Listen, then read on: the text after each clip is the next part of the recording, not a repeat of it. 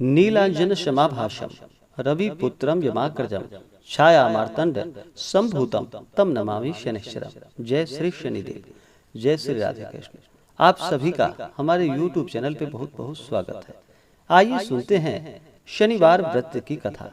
शनिवार के दिन शनि देवता का पूजन किया जाता है। शनिदेव जो कि कर्म फलदाता और दंडनायक है, जो भी अच्छे कार्य करते हैं, अच्छे कर्म करते हैं, उनके ऊपर शनिदेव का कृपा सदैव बना रहता है। शनिदेव सभी को कर्मों के अनुसार उन्हें फल प्रदान करते हैं। शनिवार को चाहिए जातक को कि इस दिन सुबह उठकर नित्य क्रियाओं से निवृत्त होकर के गंगा नदी में या घर के नहाने के पानी में थोड़ा सा गंगा जल मिलाकर स्नान करना चाहिए। शुद्ध वस्त्र धारण करना चाहिए और शनिवार के दिन पीपल के वृक्ष में गुड़ तथा तिल मिश्रित जल डालना चाहिए। इससे शनिदेव अति प्रसन्न होते हैं और शनि की दशा में कोई कष्ट नहीं होता है। पीपल के वृक्ष में सभी देवताओं का वास माना गया है। जो भी भक्त पीपल वृक्ष की पूजा करते हैं, उनके ऊपर सभी देवताओं का आशीर्वाद बना रहता है। तो शनिवार के दिन शनि देवता को प्रसन्न करने के लिए चाहिए कि इस दिन पीपल के वृक्ष में गुड़ तथा तिल मिश्रित जल डालना चाहिए। वहाँ पे एक दीपक जलाना चाहिए। शनिवार के दिन शनिदेव के ऊपर सरसों का तेल चढ़ाना चाहिए या सरसों के तेल में अपना मुख देख करके उस सरसों तेल का दान करना चाहिए। इससे पुण्य फलों की प्राप्ति होती है और शनिदेव अति प्रसन्न होते हैं। शनिवार के दिन अगर हनुमान जी का पूजन करते हैं, इससे भी शनिदेव प्रसन्न होते हैं और हनुमान जी की कृपा से, शनिदेव की कृपा से शनि की दशा में कोई कष्ट नहीं होता है। तो शनिवार के दिन हनुमान जी को प्रसन्न करने के लिए हनुमान जी को लाल रंग का चोला चढ़ाएं, उन्हें सिंदूर चढ़ाएं, हनुमान जी को लाल पुष्प चढ़ाएं, अक्षत, चंदन, पुष्प, धूप, दीप आदि से हनुमान जी की पूजा करें। अनेक प्रकार का नैवेद्य विशेषकर लड्डू का भोग लगाएं। उसके बाद हनुमान चालीसा, बजरंग बाण, सुंदरकांड आदि का पाठ करें तो यह लाभकारी होगा। तो आइए सुनते हैं शनिवार व्रत की कथा। तो बोलिए प्रेम से शनिदेव महाराज की जय। बहुत समय पहले की बात है कि एक समय सभी नवग्रहों सूर्य, चंद्र, मंगल, बुध, बृहस्पति, शुक्र, शनि, राहु और केतु में विवाद छिड़ गया कि इनमें से सबसे बड़ा आखिर कौन है। सभी आपस में लड़ने लगे और कोई निर्णय न होने पर देवराज इंद्र के पास निर्णय कराने के लिए सभी नवग्रह पहुंचे। इससे देवराज घबरा गए और इस निर्णय को देने में अपनी असमर्थता जताई। परंतु उन्होंने कहा कि इस समय पृथ्वी पर राजा विक्रमादित्य हैं, जो कि अति न्याय प्रिय है। वे ही इसका निर्णय कर सकते हैं। सभी ग्रह एक साथ राजा विक्रमादित्य के पास पहुंचे और अपना विवाद उनसे कह सुनाया। साथ ही निर्णय के लिए कहा। राजा इस समस्या से अति चिंतित हो उठे, क्योंकि वे जानते थे कि जिस किसी को भी छोटा बताया जाए वही कुपित हो उठेगा। तब राजा को एक उपाय सूझा। उन्होंने स्वर्ण, रजत, कांस्य, पीतल, सीसा, रांगा, जस्ता, अभ्रक और लौह से 9 सिंहासन बनवाए और उन्हें इसी कर्म में रखा। फिर उन सबसे निवेदन किया कि आप सभी अपने अपने सिंहासन पर स्थान ग्रहण करें। जो अंतिम सिंहासन पर बैठेगा वही सबसे छोटा माना जाएगा। इस अनुसार लौह सिंहासन सबसे बाद में होने के कारण शनिदेव सबसे बाद में बैठे, तो वह सबसे छोटे कहलाए। उन्होंने सोचा कि राजा ने यह जानबूझकर किया है। उन्होंने कुपित होकर राजा से कहा कि हे राजा, तू मुझे नहीं जानता। सूर्य एक राशि में 1 महीने तक, चंद्रमा 2.25 महीने तक, 2 दिन तक, मंगल 1.5 महीने तक, बृहस्पति 13 महीने व बुध और शुक्र 1-1 महीने विचरण करते हैं। परंतु मैं 2.5 से 7.5 साल तक रहता हूँ। बड़े बड़ों का मैंने विनाश किया है। भगवान श्री राम की 7.5 आने पर उन्हें वनवास जाना पड़ा। रावण की आने पर उसकी लंका को बंदरों की सेना से परास्त होना पड़ा। अब तुम सावधान रहना। ऐसा कहकर कुपित होते हुए शनिदेव वहां से चले गए। अन्य देवता खुशी खुशी चले गए।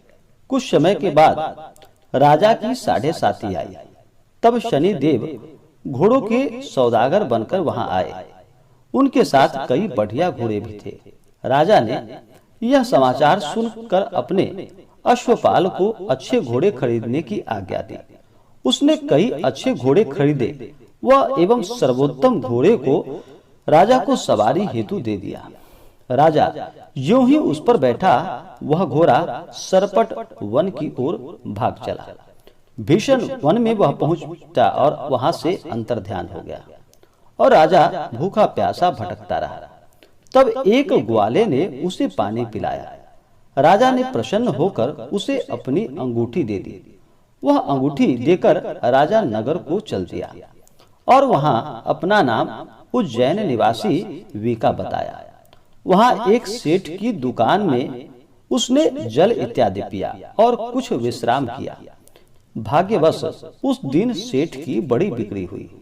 सेठ ने उसे खाना खिलाने के लिए कहा कि आओ मेरे साथ, मैं तुम्हें अपने घर ले चलूं और वहां पर खाना खिलाऊंगा।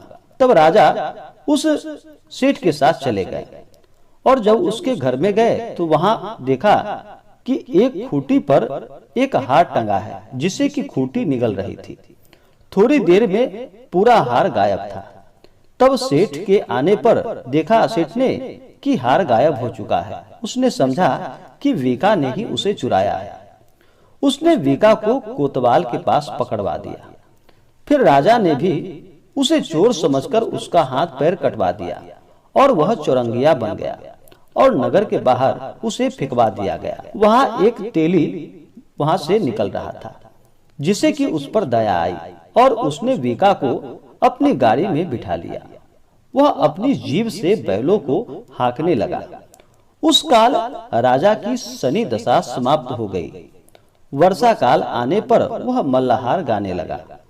तब वह जिस नगर में था वहां की राजकुमारी मन भावनी को वह इतना भाया कि उसने मन ही मन प्रण कर लिया कि वह उस राग गाने वाले से ही विवाह करेगी। उसने दासी को ढूंढने के लिए कहा। दासी ने बताया कि वह एक चौरंगिया है, परंतु राजकुमारी ना मानी। अगले ही दिन उठते ही वह अनशन पर बैठ गई कि विवाह करेगी तो उसी से करेगी। उसे बहुत बार समझाया गया, लेकिन जब वह ना मानी तो राजा ने उस तेली को बुलाकर और विवाह की तैयारी करने को कहा। फिर उसका विवाह राजकुमारी से हो गया। तब एक दिन सोते हुए स्वप्न में शनि देव ने राजा से कहा कि राजन, तुमने देखा मुझे छोटा बताकर तुमने कितना दुख झेला। तब राजा ने उनसे क्षमा याचना की और प्रार्थना की कि हे शनिदेव, जैसा दुख मुझे दिया है और किसी को ऐसा दुख ना देना।